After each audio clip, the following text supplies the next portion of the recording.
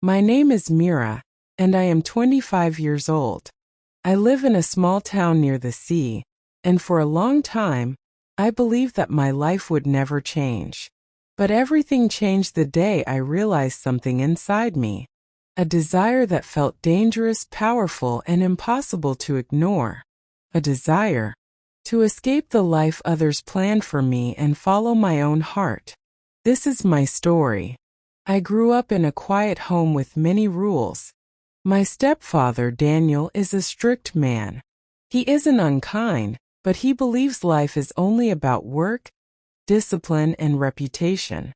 For him, emotions are weaknesses. Dreams are foolish. Freedom is dangerous. But I was different. I always dreamed of something bigger. I wanted to write. I wanted to travel. I wanted to love someone deeply. However, Daniel planned a different path for me. He wanted me to join the family business, stay in town, and live a quiet, predictable life. And for many years I followed his rules. But inside me a storm was growing. A storm called desire. One rainy evening, I went to a small coffee shop to escape my thoughts. The sound of the rain felt like music. That is where I met Adrian. He was sitting alone by the window reading a book. Tall, calm, and gentle-looking. He smiled at me. Not the kind of smile that pulls you into trouble, but the kind that makes you feel understood. We talked for hours. About books. About dreams. About places we wanted to see. And for the first time in years, I felt alive. When I left the coffee shop, the rain had stopped. But inside me, something new had begun. Days passed. Then weeks. I kept meeting Adrian. Our talks grew deeper. We walked on the beach. We shared fears. We shared hopes. I started writing again, stories, poems, small dreams on paper. But this new happiness came with confusion. I knew Daniel expected something different from me. He wanted me to stay close, obey the rules, and keep the old life. And every time I smiled because of Adrian, I felt guilty. Every time I wrote a new page in my notebook, I felt like I was breaking a rule. That guilt became a desire. A burning desire to choose myself. A desire I had always been afraid of. A desire that felt bad. Because it would break the life Daniel planned for me.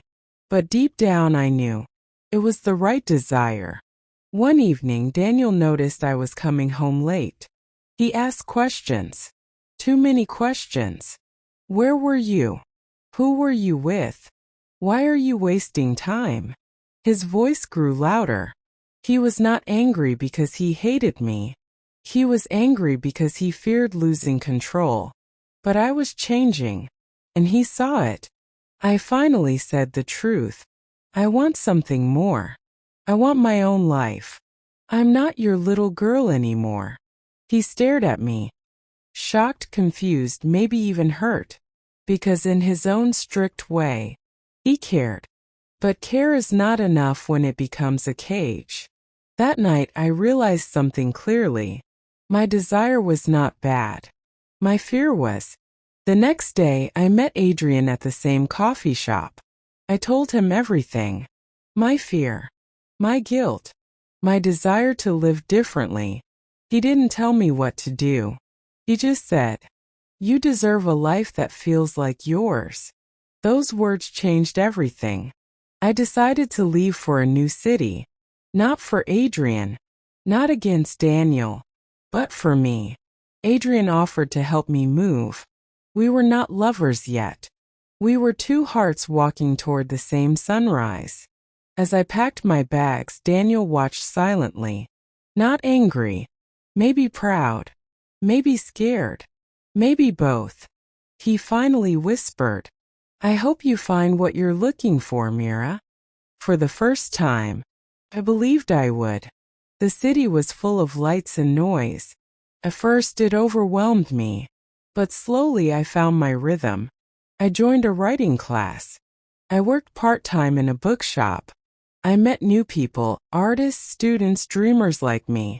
Adrian also moved to the same city months later. Not for me, but for his own dreams. Yet seeing him again felt like the universe giving me another chance. We grew closer, safer, warm, gentle, respectful. One evening by the river, he held my hands and said, "I'm proud of the woman you've become."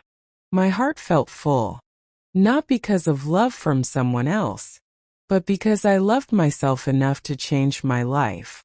Now, a year later, I look back. The girl who once feared freedom is gone.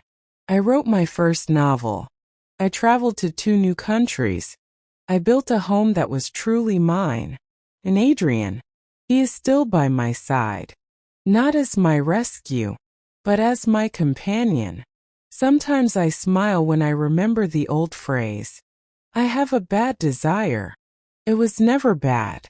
It was never wrong. It was simply the courage to listen to the voice inside me that whispered, "You deserve more." And that desire changed my life forever.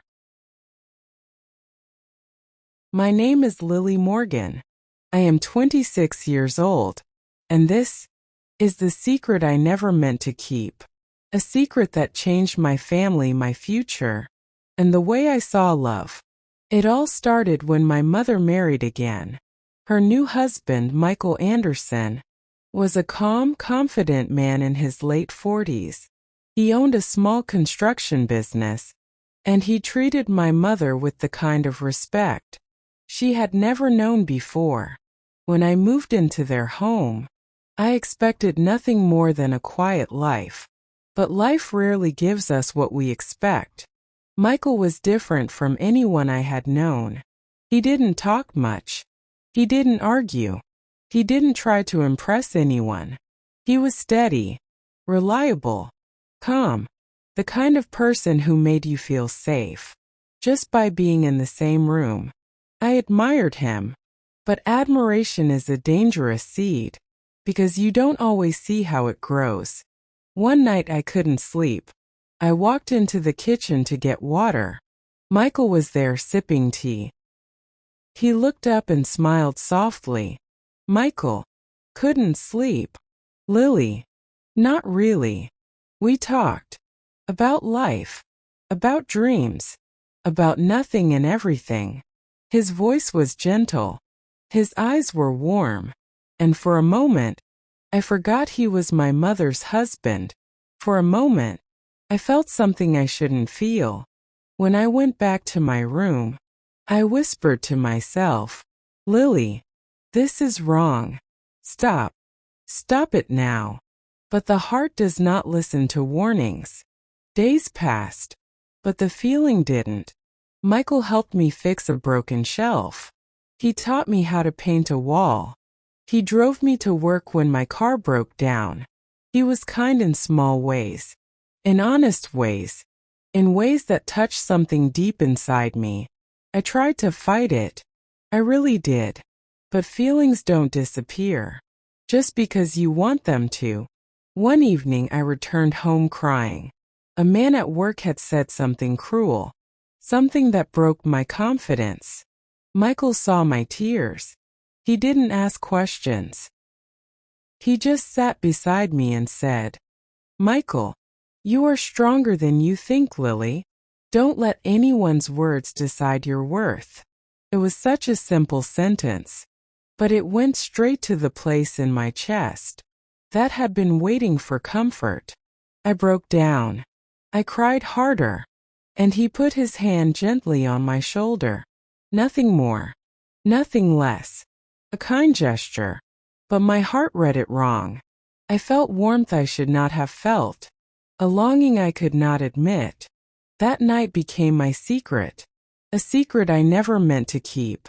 I avoided Michael for days. I spoke only when necessary. I kept my eyes down. I stayed in my room, as I was scared, not of him, but of myself. I didn't want to fall deeper. I didn't want to break my mother's heart. I didn't want to destroy the family she finally found. But desire does not care about consequences. It only whispers. Just one more moment. One morning, Michael knocked on my door. Michael, Lily, can we talk? My heart panicked. I stepped outside. We sat in the living room. He looked calm but serious. Michael, I don't know what happened, but you've been avoiding me. Did I do something wrong? I froze. My throat felt tight. Then I whispered the truth I had been hiding. Lily, no, you didn't do anything. I did. I caught feelings I shouldn't have. The room went silent. Michael took a deep breath. Michael, Lily, feelings are not sins. We can't control them, but we can control what we do with them. His voice was steady, kind, safe. Michael, you're young. Your heart is still learning who to trust. I care for you, but only as family, nothing more. And that's how it must stay. Tears filled my eyes, but his honesty was a gift. After that talk, something inside me changed. Not instantly, not easily, but slowly. I began to let go. I spent more time with friends. I started writing again. I took long walks. I breathed. I reminded myself every day, Lily, some loves are meant to be lessons, not destinations. And this was one of them. Months later, we sat together as a family. My mother laughed. Michael smiled. And I felt something I had not felt in a long time. Peace. The desire was gone. The guilt was gone. The confusion was gone. Only respect remained. Only gratitude. Only calm. Thank you for listening to this emotional English story. Remember, some secrets teach us who we really are. If you enjoyed this story, don't forget to like, comment, and subscribe for more emotional English learning stories every week.